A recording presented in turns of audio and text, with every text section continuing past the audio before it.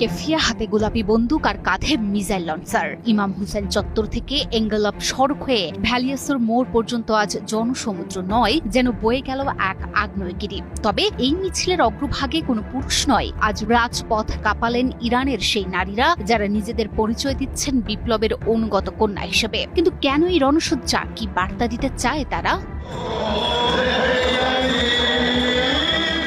17 April শুক্রবার। ক্যালেন্ডারের পাতায় সাধারণ একটি দিন মনে হলেও মধ্য তেহরানের দৃশ্য ছিল আগুনের মতো উত্তপ্ত। ইরানের অনুগত কন্যাগণের ডাকে মধ্য তেহরান নারী শক্তির জয়গানে মুখরিত। ইমাম হোসেন চত্বর থেকে শুরু হওয়া এই মিছিল যখন এঙ্গেলাব সড়ক ধরে ভ্যালিয়াসর মোড়ের দিকে এগোচ্ছিল, তখন বিশ্ব দেখল ইরানের নারীরা কেবল অন্তর্মহলের বাসিন্দা নয়, বরং তারা দেশের সার্বভৌমত্বেরও পাহারাদার।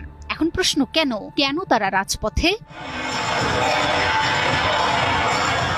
মার্কিন প্রেসিডেন্ট ডোনাল্ড ট্রাম্প আসন্ন সপ্তাহান্তে আলোচনার মাধ্যমে যুদ্ধ শেষ করার স্বপ্ন দেখছেন। তেহরানের এই কন্যারা তখন সেই প্রস্তাবকে প্রত্যাখ্যান করছেন ঘৃণা ভরে, যার কারণেই এই আন্দোলনে আসা নারীরা জানাচ্ছে, আমরা কখনো যুদ্ধকে ভয় পাইনি, কিন্তু আলোচনাকে সবসময় ভয় পেয়েছি। আর তাই তো হোয়াইট হাউসে বসে যখন ডোনাল্ড ট্রাম্প শীঘ্রই চুক্তি হওয়ার ভবিষ্যদ্বাণী করছেন, তখন তেহরানের এই প্রদীপ্ত কন্যারা সেই আলোচনার টেবিলে লাথি মারতে প্রস্তুত।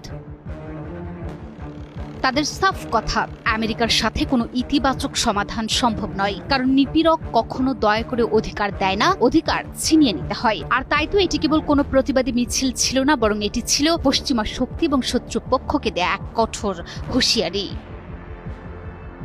মিছিলের বহরে দেখা গেল আধুনিক মিসাইল লঞ্চার সজ্জিত গাড়ি, আর তার পাশেই গোলাপি বন্দুক হাতে দাঁড়িয়ে আছেন দৃঢ় হচ্ছে তার নারীরা। ফুল আর বেলুন দিয়ে সাজানো যানবাহনের সাথেই মারণাস্ত্রের মেলবন্ধন বার্তা দিচ্ছে একটি, ইরান শান্তিকামী, কিন্তু আঘাত এলে পাল্টা আঘাত করতে তারা বিন্দুমাত্র দ্বিধাবোধ করবে না। পশ্চিমাদের চোখে যারা কেবলই অবরোধের শিকার, আজ তারাই বিশ্বকে দেখিয়ে দিলেন প্রয়োজনে ট্রিগারে আঙুল রাখতে দ্বিধা করবে না ইরানের নারীরাও।